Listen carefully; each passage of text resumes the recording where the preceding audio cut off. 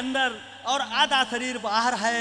तब तलक सेठ से सेठानी ने शिव के पैर रस्सी में बांध दिए और शिव को यहाँ अब ये बधित हो गया कि अब मैं यहाँ से नहीं छूट सकता।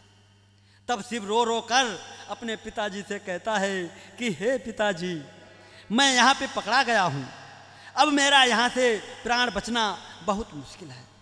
ऐसा विचार कर अपने जीवन की आशा त्याग कर और आंखों में अश्रु भर कर कहने लगा, हे पिताजी, प्रातः काल होते ही सब लोग मुझे पहचान लेंगे तो सारा समाज सतगुरु कबीर साहब के भक्तों को कलंकित करेगा कि सभी लोग कहेंगे कि साहब के भक्त चोरी भी करते हैं। ऐसा कहकर सभी लोग साहब के भक्तों को बोली बोलेंगे। क्या कहेंगे कि सब लोग कहेंगे साहब के अनुगामी चोरी करते हैं।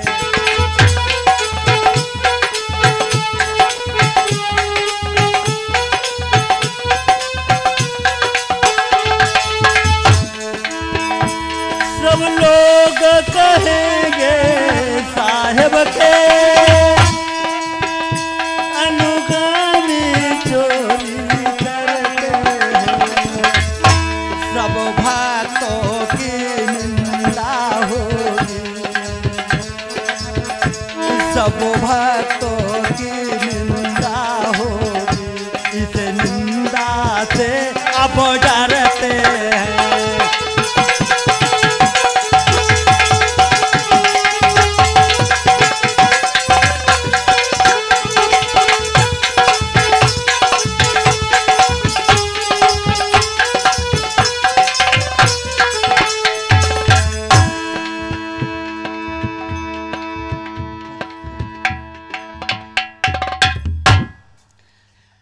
सब लोग कहेंगे कि साहब के अनुगामी चोरी करते हैं, सब भक्तों की निंदा होगी, इस निंदा से हम डरते हैं।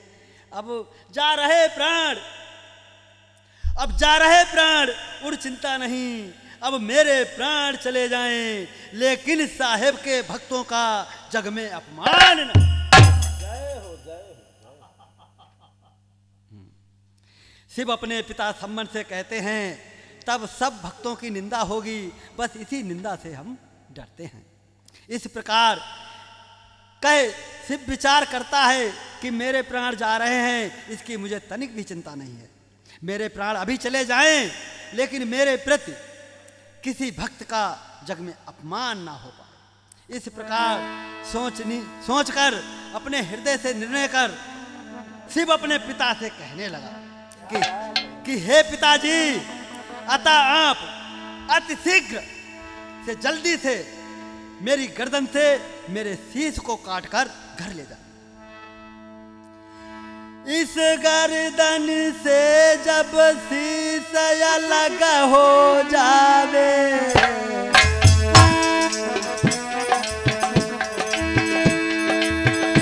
इस गर्दन से जब शीश अलग हो जावे, को कोई पहचान नहीं फिर पावे, तब इसको कोई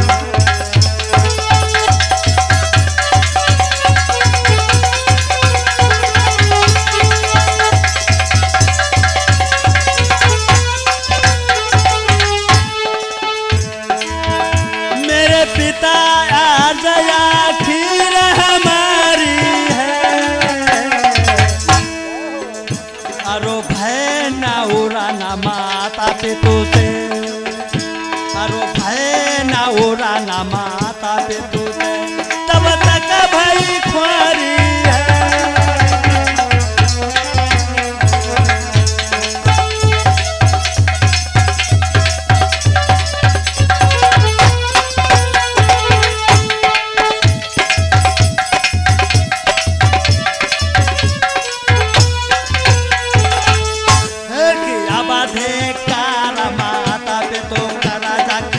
तेरा बोझा भारी है।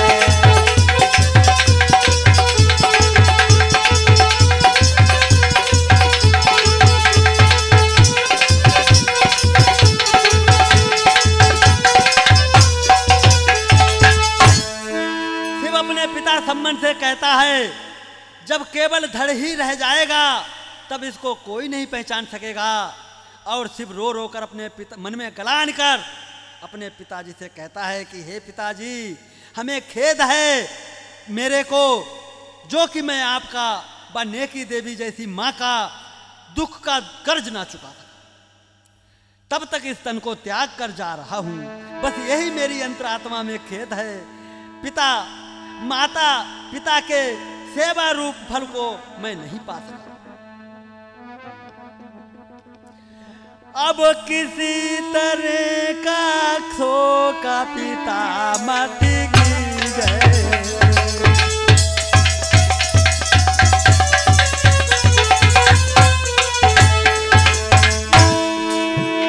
अब किसी तरह का शोक पिता मत कीजिए। तज शोक मोह संतन की, तज शोक मोह संतन की सेवा कीजिए। तज शोक मोह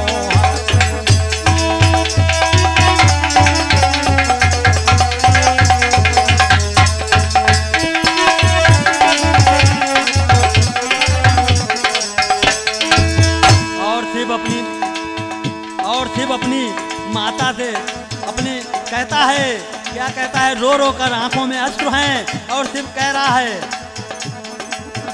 मेरी साहिब बंदगी माता से कही दीजिए। मेरी साहिब बंदगी माता से जा अब कराओ न देरी काट, अब कराओ न देरी काट, मेरा फिर लीजिए। अब कराओ न देरी।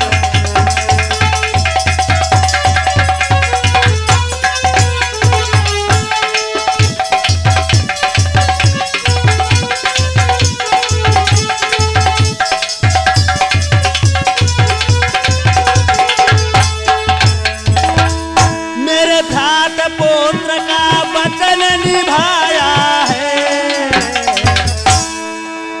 आरो शीश काटी कपड़ा लपेटे, आरो शीश काटी कपड़ा लपेट निज घर को धाया है।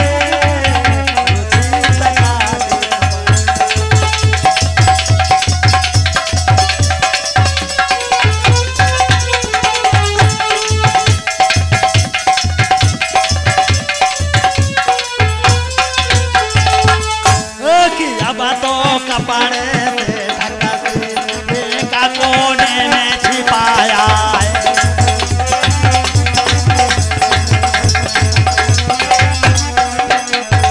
अरे कोने में छिपाया है, एक कोने में छिपाया है। अब तो कपड़े से ढकी थी, एक कोने में छिपाया है।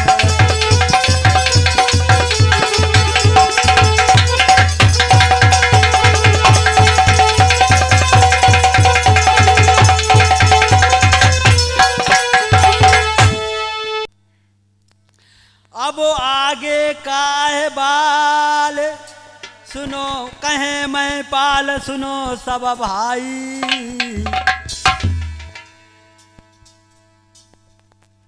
जो बीता सकल वृतांत रे पत्नी से कहा सुनाई।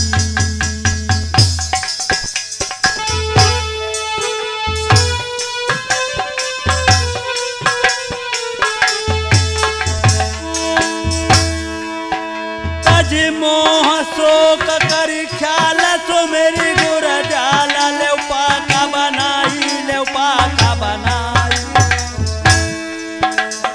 करी शांत भाव प्रसन्न चेत संतन काऊ दे उजिमाई।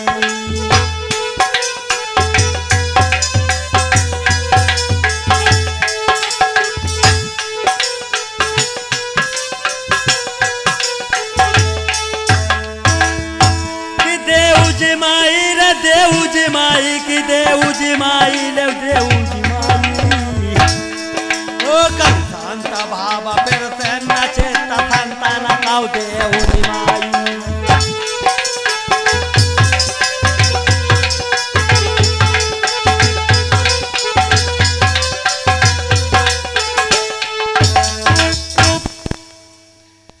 और गुजरा हुआ सकल वृतांत अपनी प्रिय पत्नी नेकी देवी से कह सुनाया। फिर नेकी देवी से कहते हैं, अरे प्रिय, अब तुम पुत्र का मोह व शोक को त्याग, शांत भाव बना रसोई तैयार कर, बिना शोक किए प्रसन्न चित्त होकर प्रेम युक्त संतों को भोजन करवाओ। प्रिय, अब विलंब ना करो। शंका यहाँ उठती मन ऐसे, साहेब भोजन की ना कैसे।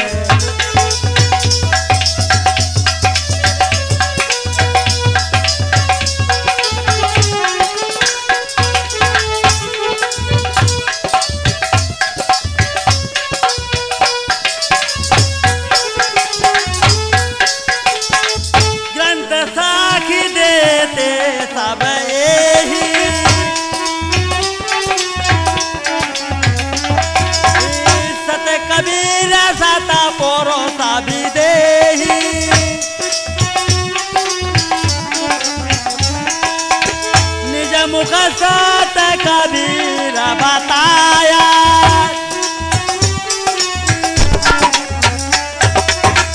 हमने कभी न भोजन पाया, दूजे दिन दयाल कहाई, क्यों शिव से चोरी कराबाई।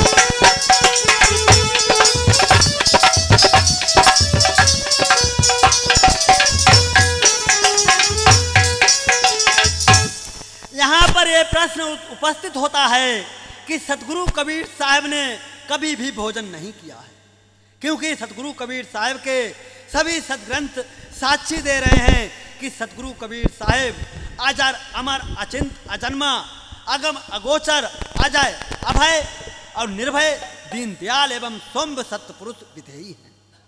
सदग्रंथों में पाया जाता है कि नीरू ने खाने के प्रति अति प्रयास किया था, लेकिन सतगुरु कबीर साहब ने नहीं खाया।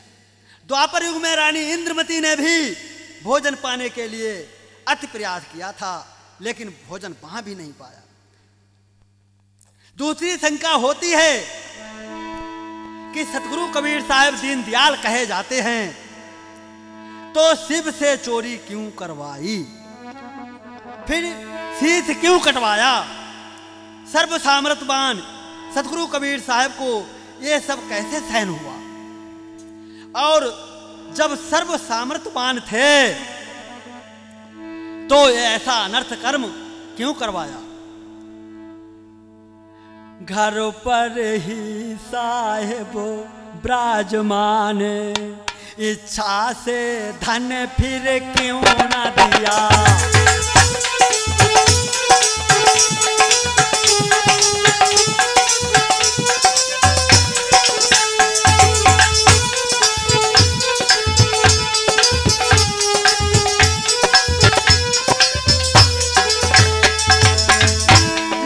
पर ही साहेब विराजमान, इच्छा से धन फिर क्यों न दिया। अपने समाज सतगुरु कबीर ऐसा अनर्थ क्यों होने दिया।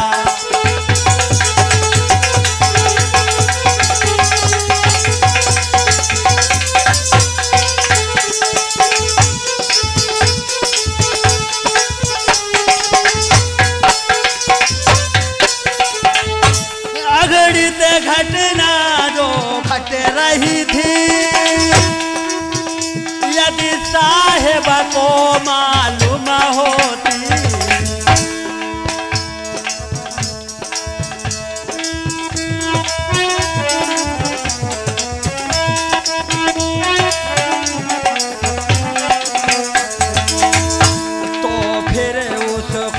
क्यों नहीं रोका, तो फिर उसको क्यों नहीं रोका, इसलिए हृदय चिंता होती।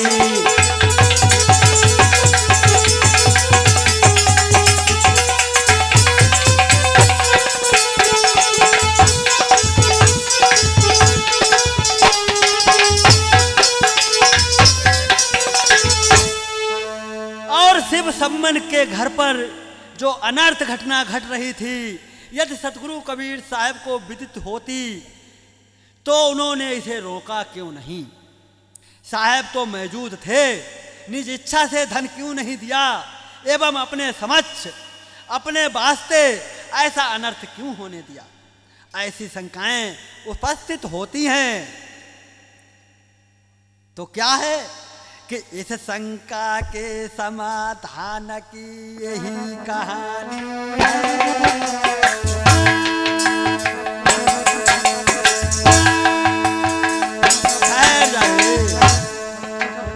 इस शंका के समाधान की यही कहानी है। ये पागल महिपाल नहीं तूने कुछ जानी है।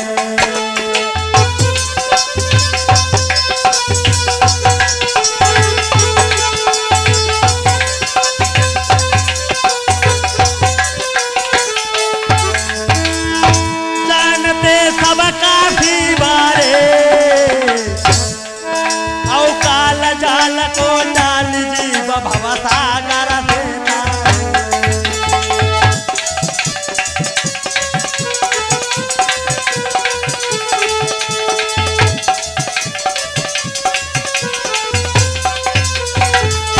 न संत इसमें कोई करना, न संत इसमें कोई करना। कारण मुख्यतः कमाल के अहंकार को धारना।